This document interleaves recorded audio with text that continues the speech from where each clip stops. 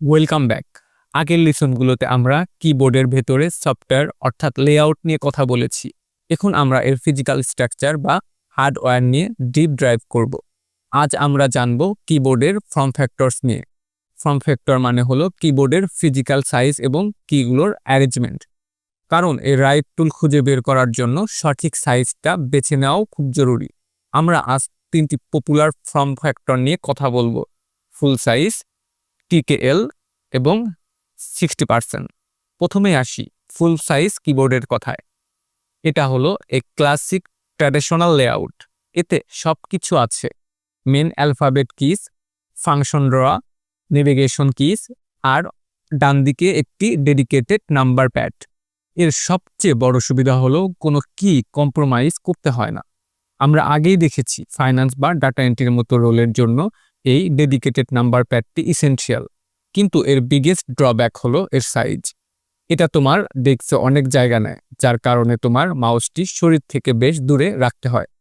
এর ফলে লং টার্মে তোমার কাঁধে স্ট্রেন পড়তে পারে। এখানেই আসে TKL বা 10 keyless form factor.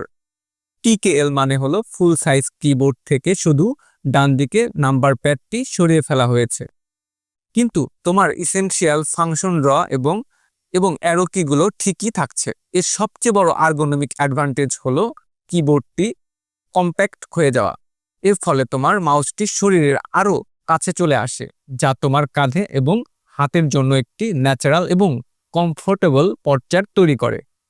Writers, programmers এবং এমন অনেকেই যাদের ডেডিকেটেড নাম্বার প্যাড প্রয়োজন নেই, তাদের জন্য TKL একটি অসাধারণ ব্যালেন্সড অপশন। সবশেষে আসি 60% ফর্ম ফ্যাক্টরের কথায়। এটি হলো মিনিমালিজমের আলটিমেট রূপ। একটি 60% কিবোর্ড থেকে শুধু নাম্বার প্যাডই নয়, ফাংশন ড্র এবং অ্যারো কি এর ডেডিকেটেড ক্লাস্টার ও সরিয়ে ফেলা হয়। তাহলে এই কিগুলো কাজ করে কিভাবে? যেমন তুমি FN কি চেপে ধরে অন চাপলে সেটা F1 হিসেবে কাজ করবে। এর সুবিধা হলো এটি অবিশ্বাস্য রকম কম্প্যাক্ট এবং পোর্টেবল। এটা তোমার মাউসকে সবচেয়ে কমফোর্টেবল পজিশনে নিয়ে আসে। কিন্তু এর অসুবিধা হলো লেয়ার ব্যবহার করে কাজ করতে অভ্যস্ত হতে সময় লাগে। So the conclusion is simple: form factor বেছে নেওয়াটা তোমার কাজ এবং পার্সোনাল কমফোর্ট এর উপর নির্ভর করে। এটা হলো ডেডিকেটেড কি এবং আর্গোনমিক পশ্চার এর মধ্যে একটি ট্রেড অফ। কিন্তু কি হবে যদি আমরা কিবোর্ডের লেআউটকেই ফান্ডামেন্টালভাবে পরিবর্তন করে ফেলি, যদি কিগুলো আর স্ট্যাগার্ড ডতে না থাকে?